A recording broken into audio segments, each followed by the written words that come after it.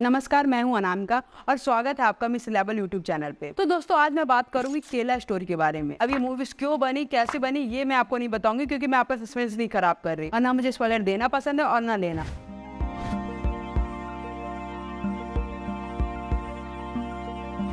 तो गाइस, ये स्टोरी एक लड़की की, एक लड़की नहीं 3 लड़की की स्टोरी है, जिसमें ये बताया गया है कि 3 लड़की नॉर्मली अपनी लाइफ जी रही होती है। उन्हें एक फ्रेंड मिलती है जो कि दूसरे रिलीजन की होती है। वो इनका ब्रेन वॉश करती है, उनका माइंड वॉश करती है, फिर उन्हें कन्वर्ट कराती है और कन्वर्ट कराने के बाद उनकी शादी होती है। फिर उन्हें भेज दिया जाता है ISIS में और तब जाकर उन्हें पता चलता है कि इनके साथ गलत हुआ है। हिजाब पहनी एक भी लड़की के साथ ना ही कभी रेप होता है, ना ही कभी कोई उन्हें छेड़ता है, because Allah always protects us. Basically एक स्टोरी है जिसमें ये दिखाया गया है कि केरला की कुछ लड़कियों का धीरे धीरे ब्रेन वॉश किया गया, उन्हें कन्वर्ट किया गया, फिर उनकी शादी करा दी गई है एक लड़के से जो कि दूसरे रिलीजन का होता है और वो लड़का ISI का प्लांटेड होता है। मतलब ISIS वालों ने उस लड़के को प्लांट किया रहता है कि तुम जाओ, एक लड़के को ट्रैप करो, उसको कन्वर्ट करो, फिर उसको इधर लेके आओ हमारे एजेंडे में। और ISIS का क्या मिशन है ये मुझे बताने की जरूरत नहीं, आप गूगल भी कर सकते हो।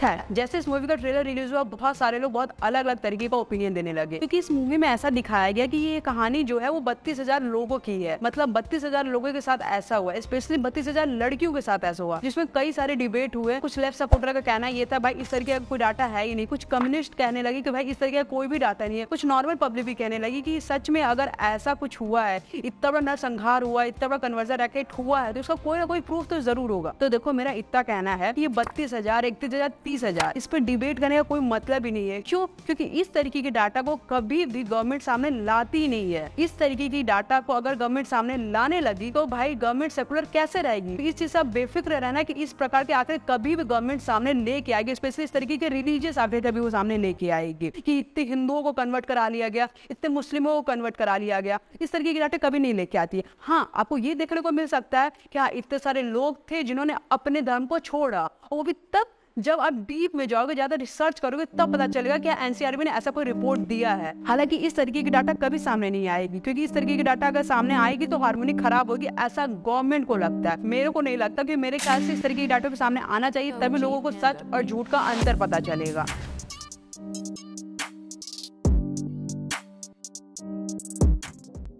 खैर, अब 32,000 वाली बात तो हो गई। अब मैं आपसे बात करना चाहूंगी कि आखिरकार इस तरह की मूवीज बन क्यों रही है। तो इसका सबसे पहला एग्जांपल है कश्मीरी फाइल। कश्मीरी फाइल एक बेसिक मूवी है। मैं स्टोरी के लाइनअप से नहीं कह रही, डायरेक्शन से कह रही। इसका डायरेक्शन कुछ ज्यादा खास नहीं हुआ था, लेकिन इसकी स्टोरी में दम था, इसलिए ये लो बजट में बनी हुई फिल्म काफी ज्यादा हिट रही और करोड़ों कमा के लेके आई। लोगों ने इसकी स्टोरी को पसंद किया और इससे रिलेट भी किया। स्पेशली मैं बात करूँ अपनी, तो ये मूवी मैंने एक बार नहीं 2 बार देखी है। पहले मैंने खुद देखी और उसके बाद मैंने अपनी फैमिली को दिखाई, क्योंकि इसकी जो स्टोरी है काफी ज्यादा अच्छी है। और अगर कोई स्टोरी रियल लाइफ से निकल के आ रही है तो वो डेफिनेटली अच्छी ही होगी उन लोगों के लिए जो कि अपनी लाइफ से कुछ ना कुछ सीखना चाहते हैं। तो इसलिए ये पिक्चर मैंने 2 बार देखी, एक बार खुद, फिर अपनी फैमिली के साथ। और जब कश्मीरी फाइल हिट होने लगी, उसके बाद इस तरीके की मूवीज बनने लगी और आने वाले समय में नो डाउट इस तरीके की मूवीज और बन के आएंगी भी।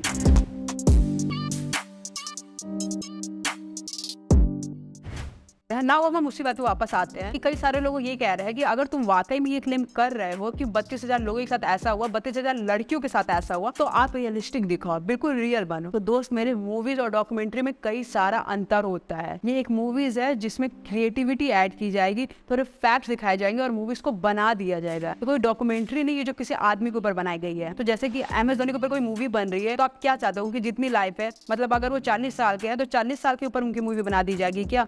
नहीं ना, उनकी मूवीज को 3 घंटे में खत्म किया जाएगा। उनके कुछ बेसिक फैक्ट्स ऐड किए जाएंगे, उसमें कोई क्रिएटिविटी ऐड की जाएगी और मूवीज को बना दी जाएगी। वैसे अगर हम बात करें कश्मीर का, तो जब कश्मीर में जेनोसाइड हुआ था कश्मीरी पंडितों का, तो उसमें तकरीबन 8 लाख लोग इफेक्ट हुए थे। उसमें से कई सारे लोग मर गए थे, कई सारे लोग अपना घर छोड़ के भाग गए थे डर के मारे। कई परिवार तो ऐसे थे जो पूरा परिवार के परिवार ही खत्म हो गया, जिसका कोई फॉर्मेशन ही नहीं है। तो आप खुद सोचो कि कई सारे राज ऐसे होंगे जो उस परिवार के साथ ही चले गए होंगे, जिसे मूवी में नहीं दिखाया जा सका। तो मूवीज में वैसे ही चीज कवर की जाती है, वैसे ही स्टोरीज को कवर किया जाता है जो थोड़ी मसालेदार होती है, और उन्हीं स्टोरी को कवर किया जा सकेगा जो कि पब्लिकली प्रेजेंट होगा। जो पब्लिकली प्रेजेंट नहीं होगा, जैसे कि मैंने अभी एग्जांपल दिया कश्मीर का, जिसमें 8 से 9 लोगों को इफेक्ट हुआ था, तो क्या 8 से 9 लोगों का चीज हमें दिखाया जा सकेगा एक साथ? तो कुछ स्टोरीज तो हमें पता है, कुछ स्टोरी तो हमें पता ही नहीं है। तो आप खुद सोचो, क्या 8 से 9 लाख लोगों की लाइफ की स्टोरी एक साथ दिखाना पॉसिबल है? नहीं है ना। हाँ पॉसिबल है अगर आप उसे डॉक्यूमेंट्री बनाओ, वो भी आपका एक सीजन में नहीं हो पाएगा, वो भी सीजन बाई सीजन जाएगा। आप एक सीजन में ये दिखाओगे कि 50 लोगों की कहानी, दूसरे सीजन में 100 लोगों की कहानी दिखाओगे, वो भी आप एक साथ नहीं दिखा सकोगे, ये एक लंबा प्रोसेस चलेगा।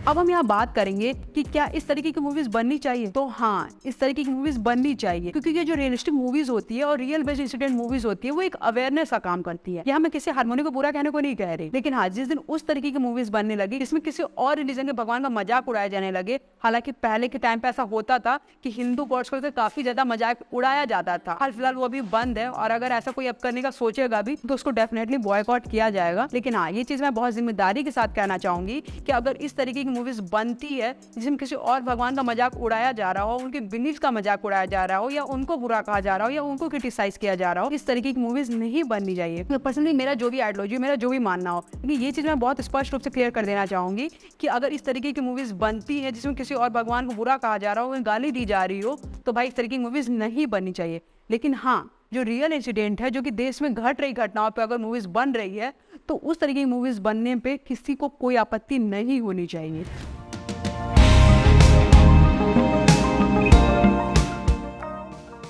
नाउ अब कुछ लोग का ये कहना है कि इस तरीके की मूवीज नहीं बननी चाहिए क्योंकि इस तरीके की मूवीज से हार्मोनी खराब होती है। तो दोस्त मेरे, आप गलत कर सकते हो, हम गलत दिखा भी नहीं सकते। आई नो ये थोड़ा साफ जैसे साउंड हो रहा होगा, लेकिन ये फैक्ट है कि जहाँ सच में हजारों लड़कियों के साथ गलत हुआ हो, उन्हें कन्वर्ट करा लिया गया हो, अगर वो चीज हो रहा है तो वो गलत नहीं है। लेकिन जहाँ हम थोड़ा उसके बारे में बात कर ले, उसके बारे में मूवीज बना के उसे दिखा दे, तो वो गलत है। भाई ये रियलिटी है, इस चीज को एक्सेप्ट करो कि जो चीज गलत हो रहा है उसको अगर हम दिखा रहे हैं तो ये एक सही चीज हो रही है।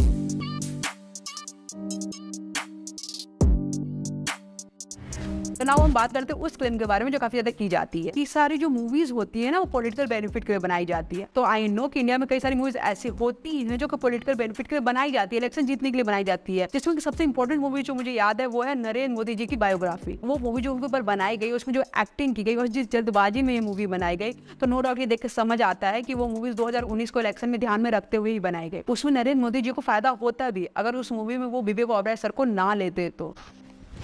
Emotional, damn it! अब अगर हम बात करें एक्सीडेंटल प्राइम मिनिस्टर की, तो नो डाउट उसमें मनमोहन सिंह जी की इमेज को काफी ज्यादा क्लियर किया गया, लेकिन उस मूवी से नुकसान हुआ कांग्रेस पार्टी को और स्पेशली राहुल गांधी को। पॉलिटिकल कैंपेनिंग के लिए, इलेक्शन जीतने के लिए इस तरीके की मूवीज बनाई जाती है एंड नो डाउट उससे काफी ज्यादा फायदा भी होता है, बहुत ज्यादा ही बेनिफिट होता है। लेकिन इस तरह की movies, Kashmiri files, Kerala story, जो कि रियल इंसिडेंट पे बेस्ड होती है, जिसके बारे में सबको पता होता है, ऐसा नहीं कि इंटरनेट पे आज आई है या मूवीज आज बनी है तो लोगों को अब पता चला है, जिसके बारे में लाखों और हजारों वीडियो यूट्यूब पे बन चुके हैं, लोग देख भी चुके हैं, हजारों लोग तो इस बारे में बात भी कर चुके हैं। लेकिन अब ये क्रिएटिविटी फॉर्म में आ गई, रेशो थोड़ा बढ़ जाएगा, ये उन तक भी पहुंच पाएगा जिनके लिए इंटरनेट इतना ईजी एक्सेस नहीं होता है। जी हाँ, आपके और मेरे पेरेंट्स के लिए, जिनके लिए यूट्यूब इतना स्क्रॉल करना ईजी नहीं होता है, जिनको यूट्यूब से उतनी स्टोरीज नहीं मिल पाती, स्टोरी से उतना सत्य नहीं पता चल पाता है, उनको भी ये चीज पता चलेगा इन मूवीज के थ्रू कि भाई ऐसा कुछ है जिससे उनको सतर्क रहना है।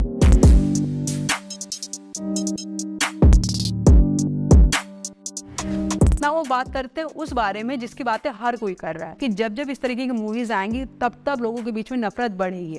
अब नफरत का मतलब ये नहीं होता है कि आप तलवार निकाल लो और लड़ने निकल जाओ। नफरत की बात करें तो नफरत का कॉन्टेक्स्ट ऐसा भी होता है कि मान लो सच में कोई हिंदू लड़की एक मुस्लिम लड़के से प्यार करती होगी और उसने या उसके परिवार ने इस तरीके की मूवीज देखी होगी, तो उनके माइंड में ये चीज तो आ ही जाएगी ना कि क्या सच में मेरे को कन्वर्ट करा के ISIS में तो नहीं भेज देगा, या मेरे को कन्वर्ट करा के मेरे को मार तो नहीं देगा, या फिर इसको कन्वर्ट कराने का मुद्दा मेरे साथ लव जिहाद करना तो नहीं है। तो ये सारी टेंडेंसी उनके माइंड में बन जाएगी। और इस तरह की टेंडेंसी बन क्यों रही? क्योंकि इस तरह के केसेस आ रहे हैं। अगर इस तरह के केसेस नहीं आते तो इस तरह की टेंडेंसी नहीं बनती। नो डाउट लोग इसको प्रोपेगेंडा कहकर खत्म कर देते, लेकिन इस तरह की टेंडेंसी बन रही क्योंकि इस तरह के केसेस आ रहे हैं। अब इस जगह पे हम गलत मूवीज को नहीं कहेंगे, मूवीज से ज्यादा गलती उन लोगों की है जो इस तरह की हरकत किए हैं, जो कि सच में लोगों को ट्रैप करके, स्पेशली लड़कियों को ट्रैप करके उनको ISI भेजे हैं या उनको ट्रैप करके उनके टुकड़े किए हैं। तो अगर इन मूवी से ऐसे मुद्दे हाईलाइट हो रहे हैं तो नो डाउट ऐसा कई लोगों के लिए सीख होगी कि नहीं भाई, ऐसे करने से हमारे बीच में प्यार कम हो रहा है, ऐसा करने से हम लोग के बीच में नफरत बढ़ेगी, ऐसा करने से हम लोग अलग होंगे, तो हमें ये चीज़ रोक देनी चाहिए। और साथ ही साथ उन लोगों को भी सीख मिलेगी, उन लोगों के बीच में डर पैदा होगा जिनकी टेंडेंसी, मैं ऐसा नहीं कह रही हर कोई गलत है, बहुत सही होगी, लेकिन बहुत जो गलत है, जिनकी टेंडेंसी कुछ गलत करने की होगी, उनको भी सीख मिलेगी नहीं भाई ऐसा नहीं करना चाहिए, क्योंकि अगर वो ऐसा करेंगे तो वो एक्सपोज हो जाएंगे, क्योंकि ये 2015, 16, 17 वाला समय नहीं है कि लोग इस बारे में बात नहीं करेंगे, ऐसे टॉपिक नहीं उठेंगे। नो डाउट आज के टाइम पे ये टॉपिक उठेगी और लोग इसके बारे में बात भी करेंगे।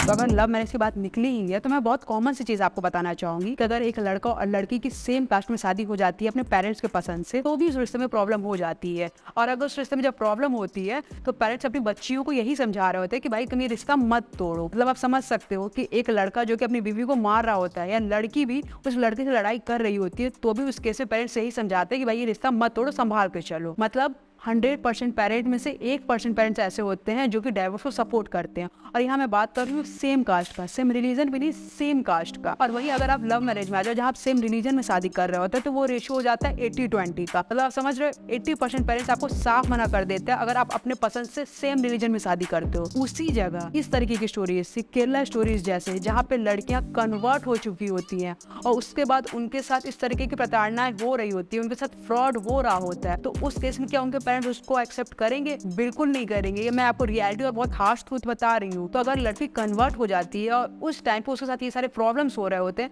तो पेरेंट्स बिल्कुल ही नहीं एक्सेप्ट करते हैं। तो उस टाइम पे उस लड़की के पास क्या ऑप्शन बचता है? उस लड़की के पास कोई ऑप्शन नहीं बचता मेरे दोस्त, सिवाय एक ऑप्शन के। और आई होप वो चीज़ आप समझ रहे होगे।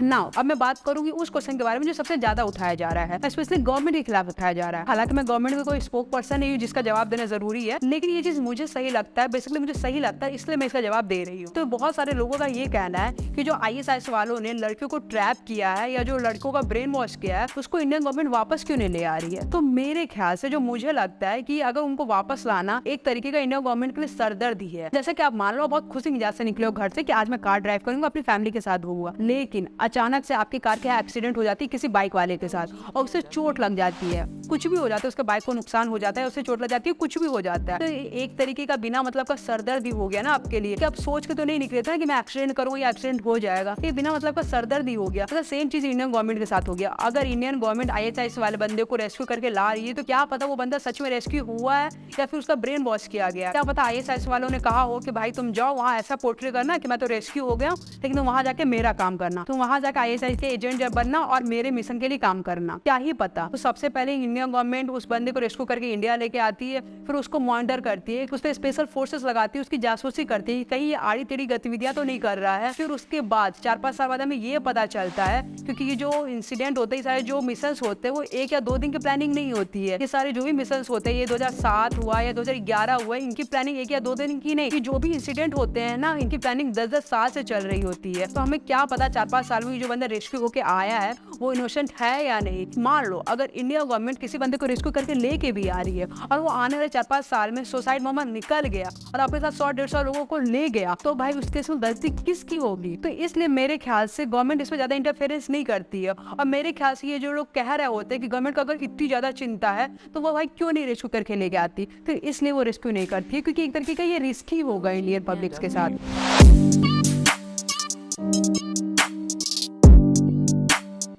अब मैं बहुत ही फैक्चुअल बात करूंगी, हो सकता है कई लोगों को ये चीज़ बुरी भी लगे अगर ये वीडियो यहाँ तक देखी है तो। अभी बहुत लोग कहते हैं कि मूवीज जो होती है वो इन्फ्लुएंस करती है और बहुत सारे लोग इसको डिस्क्रेडिट करते हैं, नहीं भाई नहीं इन्फ्लुएंस करती। तो दोस्त मेरे, मूवीज इन्फ्लुएंस करती है। आज भी 90% माएँ अपने बच्चों को यही चीज़ समझा रही होती है कि अगर कोई साधु आए तो उसके पास मत जाना, वो तुमको पकड़ के ले जाएगा, वो तुमको कुछ खाने को दे तो मत खाना, वो तुमको बेहोश कर देगा, तुमको पकड़ के ले जाएगा। आज भी ये माएँ अपने बच्चों को ये सीख दे रही होती है। तो आपको कैसे 10 केसेस गिरवा दो कि सच में कोई बाबा या कोई साधु आपके साथ फरेब किया, आपके साथ चोरी की हो या फिर आपके बच्चों को पकड़ के ले गया, ऐसा कोई भी केस आप गिरवा दो। लेकिन ये सारी चीज आपके माइंड में किसने डाली? इन मूवीज ने, इन नाटकों ने, या जो सॉफ्ट इन्फ्लुएंसिंग की गई आपके माइंड के साथ, उसके थ्रू आपके दिमाग में ये सारी चीजें आई। तो दोस्त मेरे, मूवीज इन्फ्लुएंस करती है और ये जो स्टोरी आई केरला स्टोरी, ये भी कहीं ना कहीं आपको इन्फ्लुएंस करेगी, कहीं ना कहीं लोगों के दिमाग में शक जाएगा। और जो शक होगा वो सेफ्टी पर्पज से होगा। अब इसी जगह पे आप ये भी तो बोल सकते हो ये बाबा वाला केस भी तो सेफ्टी पर्पज से है, तो मेरे दोस्त इसका केस नहीं गिनवा सकते ना आप। लेकिन मैं ये लव जिहाद वाला केस आपको डेली गिनवा सकती हूँ कि डेली कोई नया बंदा आता है, नाम बदल के जाता है और लड़कियों को ट्रैप कर लेता है। तो जिस चीज की संभावनाएं ज्यादा हो, जिससे अवेयरनेस फैले, उस केस से रिलेटेड अगर मूवीज बनती हैं तो नो डाउट बननी चाहिए। और मेरा कहना है कि मूवीज इतनी लेट क्यों, इसको तो और पहले बननी चाहिए। ये तो बहुत शर्म की बात है कि ये इंसिडेंट 30 से 40 साल पहले हुए और हमें पता अब चल रहा है। तो ये मूवीज और पहले बननी चाहिए। इसके अलावा मैं किसी भी रिलीजियस या किसी भी हारमोनी या किसी भी तरीके के बिलीफ के खिलाफ नहीं हूँ जो कहीं ना कहीं इस समाज में रह रहा है। अगर आप रह रहे हो तो कोई दिक्कत नहीं है, आप आराम से रहो। इसके अलावा अगर आपने कश्मीर फाइल देखी है तो आपको ये केरला स्टोरी जरूर देखनी चाहिए। खैर मेरा चैनल तो इतना छोटा है, अदरवाइज मैं खुद ही गिव अवे कर देती टिकट्स का। लेकिन अगर आप चाहते हो आने वाले टाइम पे मूवीज में मैं गिव अवे करूँ तो आप इस वीडियो से ज़्यादा से ज़्यादा शेयर करो, लाइक करो, कमेंट करो और इस चैनल को सब्सक्राइब जरूर करो। जय श्री महाकाल।